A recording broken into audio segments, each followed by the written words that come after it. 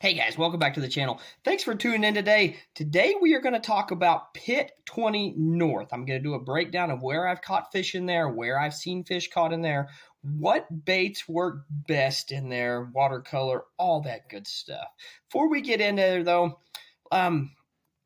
big shout out to everybody that's been subscribing to the channel. Everybody's been liking the videos, commenting on the videos. It's really grown. It's really awesome to see that my information that is going out there, people is enjoying the content that I am putting out there. That is awesome, guys. I do appreciate that. And another one is let's show some support to my sponsors: Big Hammer Lures, 2K Jigs, Vexen Rod and Reels, Stank Stick, Fins, Braided Line. I want to show some support to them, especially Big Hammer Lures and 2K Jigs in the pits. Those two lures right there are deadly in the strip pits, guys. Okay, so let's dig into this here. Pit number 20 North. How you get there is you go to Blacktop up Sportsman's Pit Road. If you know where the game warden station is, it's going to be back to the east or back to the west a mile to the T. And then you're going to go north 3/4 of a mile, and Pit 20 North is going to be right on your west side of the road. You'll see it right there on the video. Everything will show up on kind of where it's at, how to get there. So let's get into this pit here. It is stained water. I have seen it clearer. I've seen it stained depending on the water situation, when the water's rained, when it hasn't rained. But it doesn't get real clear. It's always pretty stained to dirty. It's got a good concrete ramp in it. It's got good parking, so you can get bigger boats, smaller boats in there, all that good stuff. So it's good for anything. Good, decent parking. There's usually not many boats in it as well.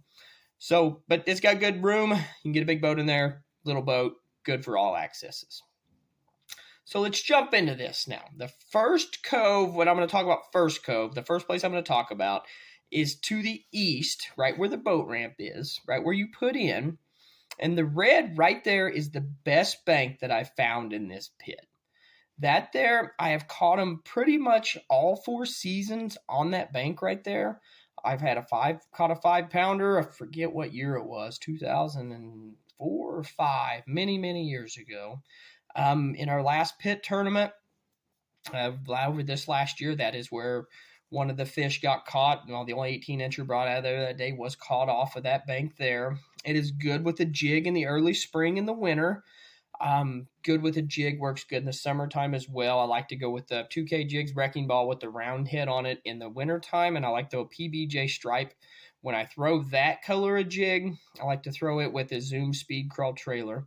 And then I like to throw a little punk in the summertime.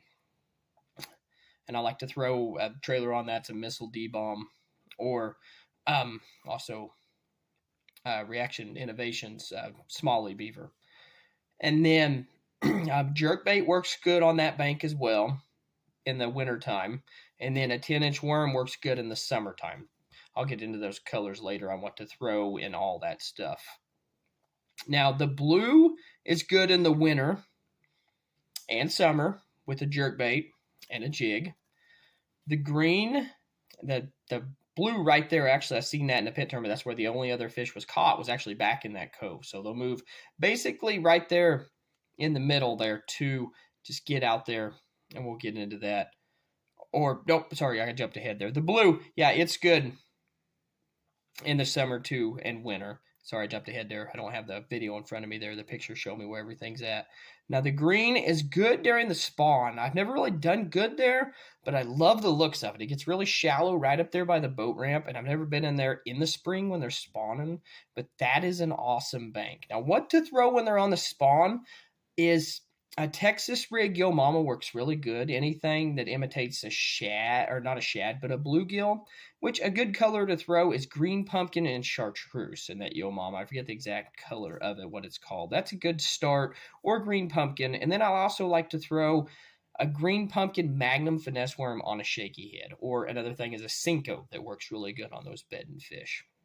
Wacky rig Cinco, or throw that on a shaky head. Now, the second is the cove. Right there, you'll see the cove that goes south, and then there's a jot back to the east, kind of like a jot right in there, kind of like a little lightning bolt right there. And the green is a good area during the spawn. Look for those fish to be there during the spawn and throw what I talked about just a minute ago. And then the blue is good in the winter and summer.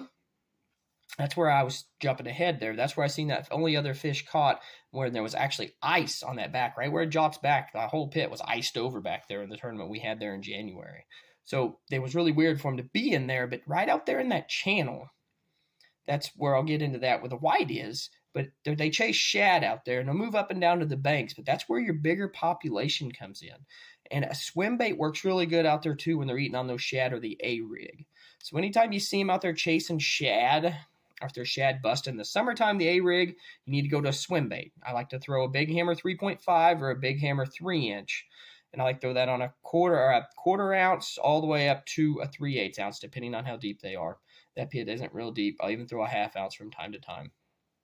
But they get out there and they feed on those at the same point as the A-rig, except in the summertime, the A-rig bite goes away because their senses get smarter and it goes away. So now the purple there, the points. Hit those points pretty much all year. All year points are good. Fish move up and they feed on them. They move out and they feed on them. So just moving up and down, always hit those points. The red, that bank I found is good all year, good all seasons. Then like I was just talking about, the white is the ditch out in the middle, and they chase shad in the summer and the winter. If you see them out there in the summer and you see them busting, you'll see those shad busting, get a deep diving crankbait, get a 10-inch worm, get a big hammer ringer worm, works good when they're feeding on those. Get a 3-inch or a 3.5-inch big hammer as well. That works good out there. And the 10-inch worm too when they're doing that. But really when they're out there in the ditch, they're suspended, so you don't want to really be on the bottom, so the worm don't work as well. So you want something like the swim bait or the crankbait, something that's going to suspend down to them. In the wintertime, that's where your A-rig, your jerk bait, and your swim bait come into play in the wintertime there, out in that white area. Now, the third area is that whole back area back there. I've never really done too good. I will say, I think it was back there. I forget exactly where it was. I fished an MLF tournament in there from Columbus Bass Club a couple of years back. We got second place in one big bass, and we won it back there in that area somewhere. I forget exactly where it was. But that was in the summertime, and it's good in the morning in the summertime back in there because it's shallower, and they go back in there and they feed. And they feed back there because them shad pull up in there at night and when it gets cooler, and then they pull back out to that ditch later on, back out to that deeper water. So the green areas you see, that's good. Like I said, it'll be good in the spring. That backwater is really good in the spring. And you'll see the dots. Look for bedding fish in all these spots, those green dots. Look for all those and throw those lures I talked about. Throw a big bite bait, Yo Mama, or something. I mean, it kind of looks like a crawl, but if you throw it in a bluegill color, also a Berkeley gilly will work good too. But throw it in a bluegill color, which is like a green pumpkin or a green pumpkin chartreuse, something like that. So it just, you want to get them, make it look like a bluegill's on their bed trying to eat their eggs, and they get irritated and they want to eat that. It's that same way with the trick. You can throw a trick worm. I like a Magnum finesse worm on those beds. I do really good on that with a shaky head. And that's a Zoom Magnum finesse worm. Another one that works really good is a big hammer salt shaker worm, a 6-inch, and dip that tail. It's a little different. And you can also throw that on a split shot as well, and they'll get those more finicky fish to bite. Okay, so now let's get into colors and baits to throw in there. So I went through all the, 10-inch worms work good in the summer, just about anywhere. And then your swim baits. And then I'd already talked about the shaky head. Shaky head works good in there. Now let's go with the colors to throw. Okay, if you're throwing a jerk bait, a bone color works really good because it's stained water. So your bone color and your clown colors are the two I like in the stained water. Your shad colors work good too, but they don't work as good, but they do work. But like a straight shad, and I'm talking a silver side, a black back works really good. Same way with the blue. A blue back, silver side, the water's a little cleaner. If it gets dirtier, go to your clown and your bone colors and your jerk baits.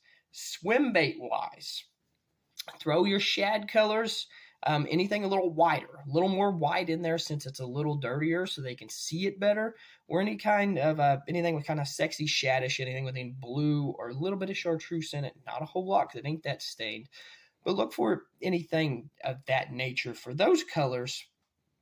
And now worm wise, let's say 7-inch worm wise, big hammer ringer worm, 10-inch worm wise. Blue fleck works if it's cleaner in there. Red shad if it's dirtier. And June bug. June bug works all year in there, guys.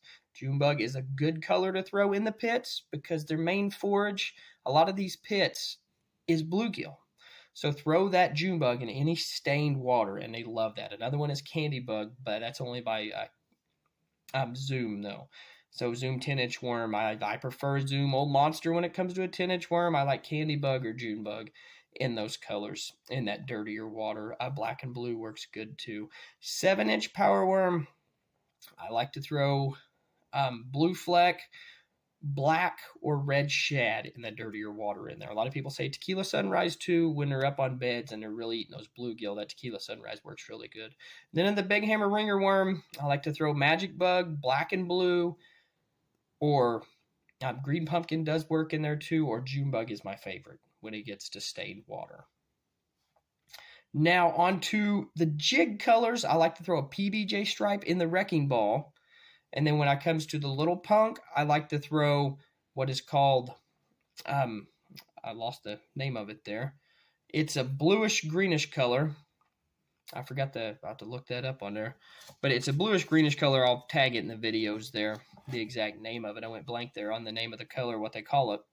Because every company calls it a different color, 2K jigs. But it's green with blue in it. Some places call it Okeechobee Crawl, depending on the company. But the PB&J stripe works better in the wrecking ball earlier in the year. And then I like the green and blue in the little punk. And then when we get to a green pumpkin also works in a jig. That works just about everywhere. I believe that covers everything bait-wise. So now hopefully this, guys, helps you guys break down this pit 20. Sorry, I'm in a little bit of rush. I got to get to basketball practice here, so trying to make sure I get it all covered and not covered it all too intense. But you're going to go in there and you got to hit this pit on the right day. If you hit it on the bad day, you're going to go in there and think, man, this sucks. This pit is terrible. I've heard this from a lot of people. And then there's a lot of people that love this pit, but they've been in there on the good day and they know what it can produce. It's got good, healthy fish in it. You just got to be in there at the right time to catch them. Early on is the time to be in there. That is when I've caught the bigger fish out of this pit and seen the bigger fish caught. So hopefully this helps you guys. And once again, I appreciate everybody watching. Appreciate everybody supporting the channel and enjoying watching this thing grow. And I appreciate all of you guys helping it grow with me. There's more videos coming soon. Just trying. Ain't got enough time to get them all done. Trying to cover all the pits. And I'll even throw in some little honey holes that are not bigger pits, but first I'm covering all the bigger pits that are in the Columbus Bass Club so everybody can have an idea of what each pit presents. But like I said, little honey holes coming soon, so stay tuned and you do not want to miss out on those. I'll try to throw one of those in every once in a while so you guys can see those little honey holes, especially for the kayak tournament coming up here in April. The Southeast Kansas Kayak Association, I think is what they call it, is going to be fishing a tournament out here in April. Unfortunately, it's on the same day as Columbus Bass Clubs. I really wanted to jump in that myself. Probably a lot of other anglers in our club wanted to jump in that with their kayaks, but there was a scheduling mess up. We got scheduled on the same day. And then the Kansas Kayaks Association is going to be coming in September, so I'm going to jump in a kayak and jump in with them boys and see how I can do against them. And also check these videos out before you guys fish those, because there might be a little couple of honey holes that you guys didn't know about that can get you up there in the top 5 in those events. Thank you, guys.